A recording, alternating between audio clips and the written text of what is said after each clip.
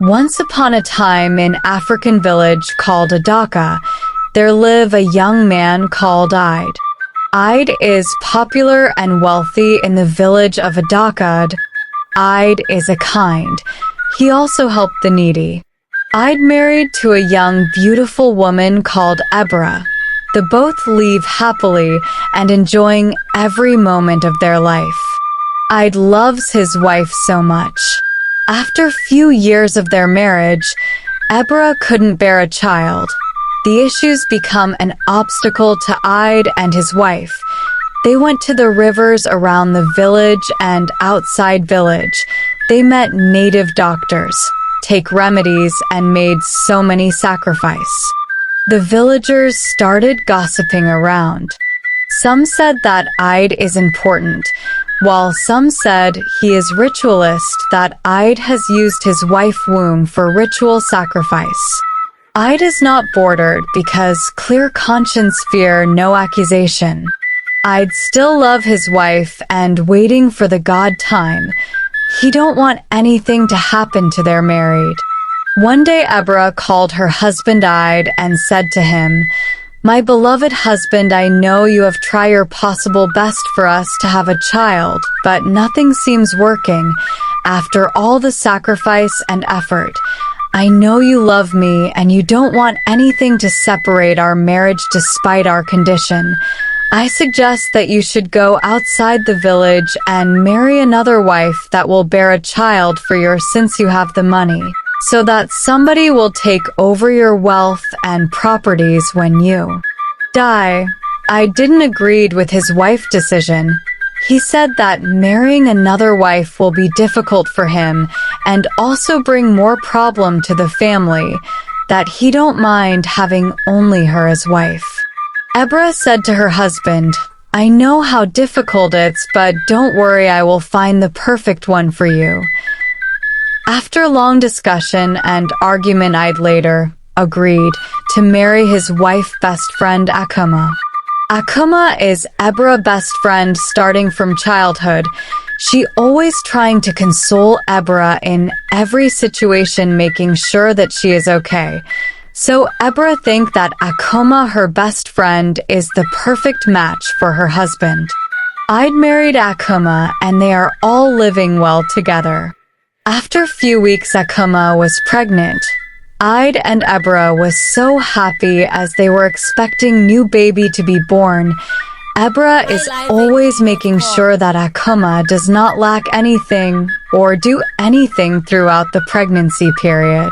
After few months, Akuma gave birth to a baby boy called Obinna. Ide was so happy that someone about to answer his name, and the gossip about has stopped. The whole family and villagers were happy. Ide summoned the villagers to celebrate the coming of his first child. Years after years passed, Obinna is growing up fast and everything is going well in the family of Ide. Everybody is enjoying Ide's wealth. One day Ide came from work very tired and hungry. So Ebra went in the kitchen to get food for his husband.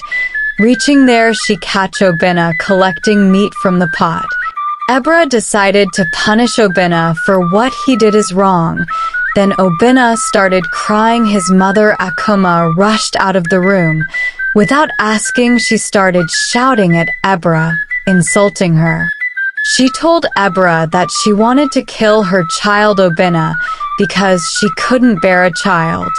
Ebra was in pain and speechless. She started crying.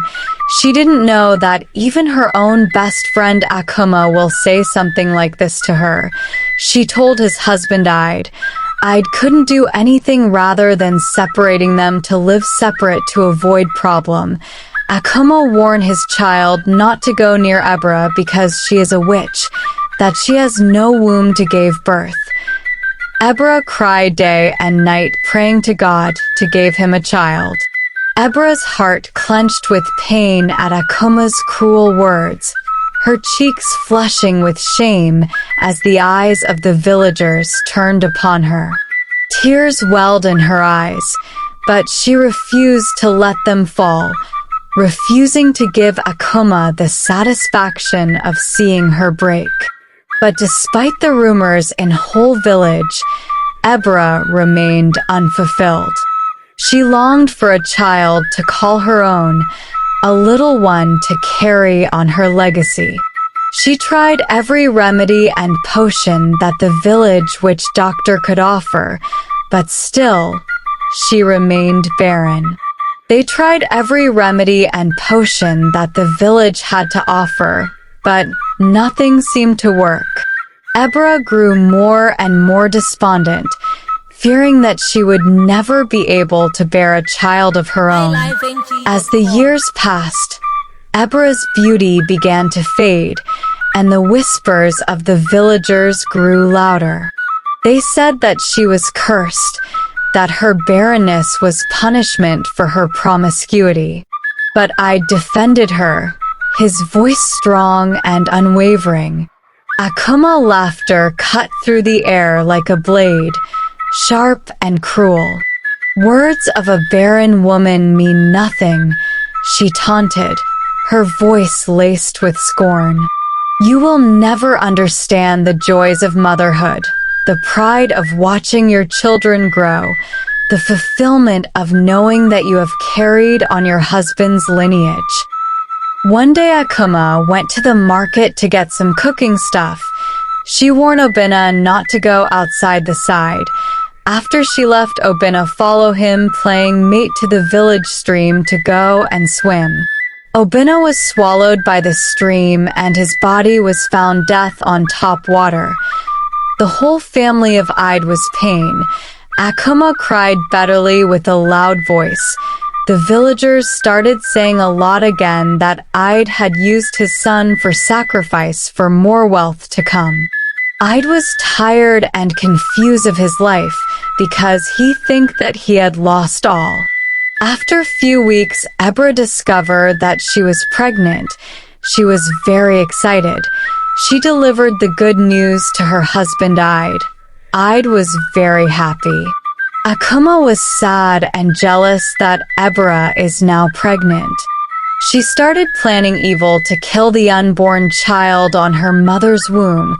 She went to native doctor collect miscarriage charm.